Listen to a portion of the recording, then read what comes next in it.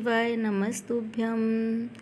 हर हर महादेव। पशुपतिनाथ व्रत की पूजा हमें किस प्रकार से करनी होती है, क्या क्या सामग्री हमें चाहिए होती है, आज की वीडियो में वही सब चर्चा करेंगे। और व्रत में किन किन सावधानियों को हमें रखना चाहिए। सबसे पहली बात, पशुपतिनाथ व्रत की जो पूजा होती है वो सुबह और शाम दोनों समय में की जाती है और शिवालय में जाकर ही की जाती है। और 5 सोमवार तक यह व्रत किया जाता है और 5वें सोमवार के दिन व्रत का उद्यापन कर लिया जाता है। तो जिस भी शिवालय में आप पूजा करने के लिए गए हैं वहाँ पर पहले से सामान्य त्याग चढ़ा हुआ है जलाधारी पर या शिवलिंग पर किसी भी प्रकार के फूल और कोई भी सामग्री भोग प्रसाद चढ़े हुए हैं तो आप उन सभी सामान को हटा लें, क्योंकि शिवलिंग की अच्छे प्रकार से साफ सफाई करने के बाद ही हमें उनका अभिषेक करना चाहिए, श्रृंगार करना चाहिए। देखिए, कहीं कहीं पर मंदिर में हमें श्रृंगार हटाने की अनुमति नहीं होती है और कहीं कहीं पर अनुमति होती है। तो आप ऐसा शिवालय चुनें जो आपके घर के सबसे पास में हो और जहाँ पर आपको पूजा करने की पूर्ण आज़ादी हो। तो बहुत अच्छी बात है। अगर ऐसा नहीं भी है तो भी आप पूजा आसानी से कर सकते हैं। और यहाँ पर देखिए, हमने शिवलिंग से जो भी पुष्प इत्यादि चढ़े हुए थे सभी को हटा लिया है। अपने हाथों से बहुत अच्छे से हमें शिवलिंग को साफ़ कर देना है, क्योंकि यदि और अगर आप जब अभिषेक कर रहे हैं तो हाथों में आपने कंगन चूड़ी जो भी पहने हैं उनको आप पीछे कर लें या फिर हटा दें। और हाथ में कोई अंगूठी वगैरह हो उसे भी आप निकाल दें, क्योंकि अगर हम ऐसा नहीं करेंगे तो शिवलिंग पर घर्षण होगा और वो सही नहीं होता है। तो एक बार सुबह के समय में तो आपके को अभिषेक करना ही करना है, श्रृंगार भी करना है। और आप ऐसा शिवालय देखिए जहाँ पर आपको ये सब कुछ करने की मनाही ना हो। गणेश जी का स्थान होता है, वहाँ पर जल चढ़ाएंगे और अच्छे से हाथ की तरफ, दूसरे हाथ की तरफ कार्तिकेय भगवान का स्थान होता है, वहाँ पर भी जल चढ़ाएंगे। और जहाँ से जल गिरता है वहाँ उसे हम जलहरी कहते हैं।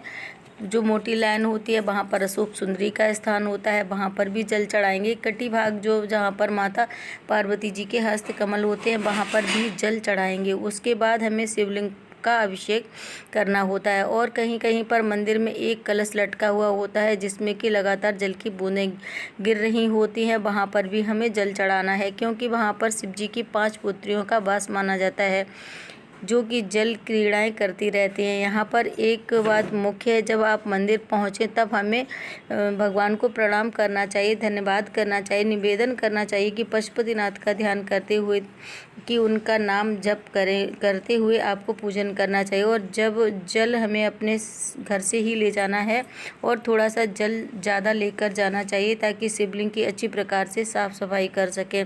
और बाबा से प्रार्थना करनी चाहिए कि बाबा हमें इस व्रत का पूर्ण फल देना, हमारी मदद कीजिएगा। उन्हें बोलें कि बाबा हमने पशुपतिनाथ व्रत का व्रत उठाया है, इसे आप निर्विघ्न पूर्ण करें और आपकी जो भी मनोकामना हो उसे बोलें। बाबा हमारी हर मनोकामना पूर्ण करते हैं। उसके बाद नंदी जी का भी अभिषेक करेंगे, क्योंकि नंदी भगवान ही हमारी सारी बातें भोलेनाथ तक आसानी से पहुंचाते हैं। और जो भी भगवान की मूर्तियां हों उनकी भी पूजा करेंगे और नाग देवता की भी पूजा करेंगे। अत्यधिक भगवान भोलेनाथ को नाग देवता अत्यधिक प्रिय होते हैं, तो उनका भी हम पूजन करेंगे। भगवान भोलेनाथ का श्रृंगार करेंगे, उनका भी हम पूजन करके शिवलिंग पर अभिषेक हल्के हाथों से मल के करेंगे। हाथ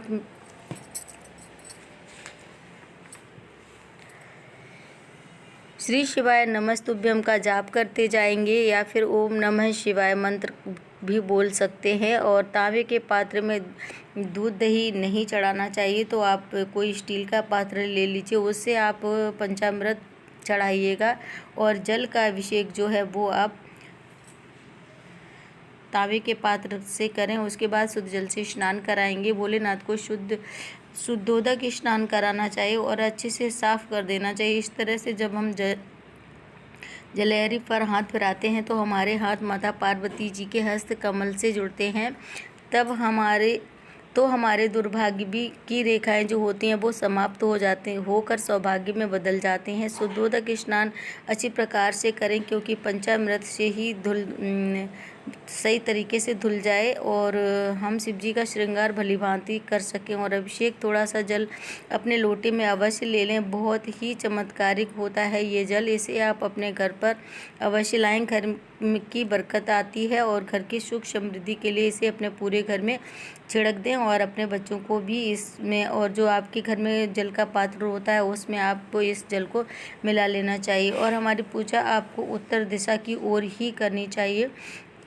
जब हम शिवलिंग की पूजा करते हैं तो इसके बाद में हमें बाबा का श्रृंगार करेंगे। अष्टगंध चंदन से भगवान भोलेनाथ को अत्यधिक प्रिय होता है। अष्टगंध चंदन से आप ओम लिख सकते हैं और त्रिकुंड बना सकते हैं, और जितनी भी सामग्री लेकर गए हैं उस सभी का हम बाबा को चढ़ाएंगे।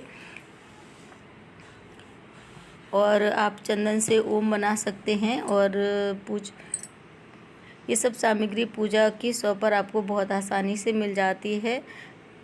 अबीर चढ़ाएंगे, गुलाल चढ़ाएंगे बाबा को। कुछ चीज़ें होती हैं जो शिवलिंग पर नहीं चढ़ती हैं, जैसे कि सिंदूर गणपति जी को चढ़ा देंगे, अशोक सुंदरी जी को स्थान पर चढ़ा देंगे, परंतु बाबा भोलेनाथ को नहीं चढ़ाया जाता है सिंदूर।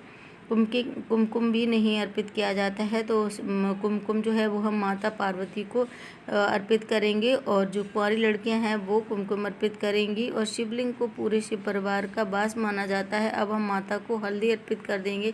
ध्यान रहे कि हल्दी और सिंदूर भोले बाबा को नहीं अर्पित किया जाता है। जो शिवलिंग पर है वहाँ पर जो पिंडी रूप स्वरूप हैं वो भोलेनाथ हैं। बाकी सभी स्थान आपको बता दिया है। और हाथ साफ करने के लिए आप कोई वस्त्र या कपड़ा ज़रूर लेकर जाएं, जिससे सिंदूर जब आपके हाथ में लगा तो आप उसे अच्छे से साफ कर। इससे हमें जाने अनजाने दोष लग जाता है तो वो नहीं लगेगा।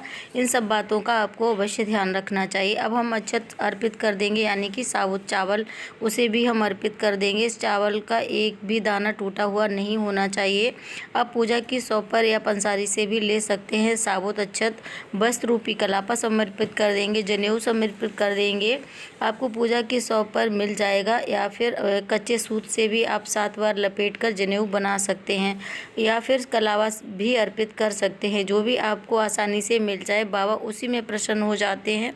पशुपतिनाथ जी का व्रत कभी भी खाली नहीं जाता है। पशुपति नाम का एक अस्त्र भी था जिससे भगवान ने रावण को मारा था।